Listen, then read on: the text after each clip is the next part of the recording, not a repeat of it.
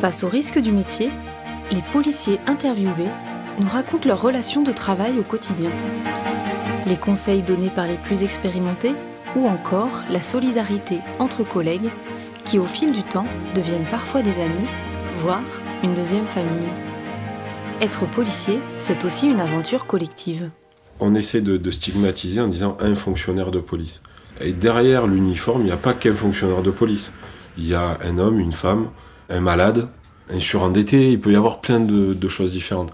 Donc, le fonctionnaire de police est fonctionnaire de police, mais l'individu en lui-même, on est tous différents, et chacun a sa problématique. Et c'est ce qu'il faut arriver à déceler. Les plus grosses thérapies, c'est quand on se retrouve entre nous après. Il n'y a rien qui réunit plus que la table. Voilà, on parle de tout autour d'une table, de belles choses comme des mauvaises. Et là, en fait, justement, ça nous permet d'évacuer tout ça, puis au final d'en rire, et puis de souder, d'être une équipe, plus que des collègues de travail. Il y a beaucoup d'humour entre les collègues sur des situations dramatiques. Ça permet vraiment d'évacuer un petit peu l'accumulation d'émotions. Donc c'est un exutoire, donc on plaisante, on appelle de l'humour noir. Hein. Ça permet vraiment de souffler, c'est la soupape. Puis après on repart au boulot, le cœur léger. Moi j'ai une énorme chance. C'est qu'en parallèle avec mon métier, j'étais sportive. Et puis j'ai toujours su faire partie d'un collectif. Et donc, j'ai toujours su faire transposer en fait cet esprit-là à mes collègues. Et donc, quand on est peu nombreux, on connaît tous nos histoires, on a tous nos impératifs et on fait avec. C'est une famille. Moi, c'est mes copains, oui. On peut dire que c'est mes copains parce qu'on fait des bouffes à côté, parce que je fais du vélo avec d'autres. Je vais pas passer ma vie avec eux, mais c'est devenu des copains. Il n'y a qu'un flic qui peut comprendre un flic ou un métier un peu similaire. On ne peut pas faire carrière sans avoir un peu d'affinité avec certains. Finalement, c'était devenu des papas et des frères pour moi parce qu'ils me couvaient et me confortaient dans ce que je voulais. Et eux, ils se confiaient à moi. On se parlait et on s'échangeait les misères de la maison, les misères au travail.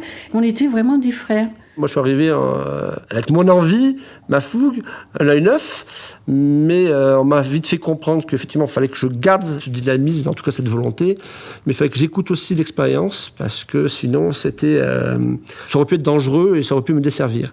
Ce que j'ai fait, parce que j'ai toujours eu du respect pour, je dirais, les aînés qui avaient fait leurs preuves. J'ai des millions de conseils qu'on m'a donnés, que je garde très précieusement. C'est vraiment cette transmission-là, grâce à nos stages. Vraiment de tous les grades qui nous apprennent, qui nous transmettent. Ce qui est intéressant, c'est que c'est des conseils à la fois très pratiques, très techniques sur comment monter un dispositif, sur des règles un peu de sécurité en intervention, mais c'est aussi des conseils sur l'humain, sur les relations interpersonnelles. Ça, c'est vraiment très riche et je pense qu'on va en avoir tout au long de notre carrière. Un collègue qu'on ne connaît pas, qui est un nouveau collègue qui arrive dans une brigade, on va être plus attentif à ses réactions. La confiance, elle est toujours là. Comme je vous dis, on est formé, on n'est pas là du jour au lendemain à avoir une tenue. Il y a un an de formation, il y a un an de stagiarisation. C'est vraiment plus quand j'étais amené à découvrir des collègues fraîchement formés, c'était vraiment d'être attentif à eux. C'était plus la peur qu'ils se fassent mal que la peur qu'ils fassent mal. Je m'inquiète plus pour mes petits, c'est comme ça que je les appelle. Ce que je leur dis toujours, c'est que quand je pars à 80 ou 90 sur le terrain, je veux rentrer 80-90 sur le terrain. C'est ma priorité première, indépendamment de faire ma mission telle qu'on me l'a confiée. Mais ma priorité, c'est que mes gars et mes filles, maintenant, ils soient en sécurité. Il n'y a rien qui compte sur le moment que de porter secours au collègue qui est en difficulté. Ça, c'est bien enraciné chez nous. Mais cette sorte de confiance, je dirais qu'elle est instantanée. Chez nous, nous avons un esprit de corps, quand même. Moi, je crois qu'il est en moi, donc j'ai pas de mérite. Mais je pense pour ceux qui l'auraient un peu moins, ça s'acquiert, de par la nécessité du métier. Il faut l'esprit de cohésion, quand même. Hein. Si ça va pas dans le groupe, ça peut pas aller sur le terrain, ça peut pas aller sur les interventions. On s'entend bien, en général. C'est ce qu'il faut. Il faut de la cohésion. Il y a le mot confiance, on peut l'employer.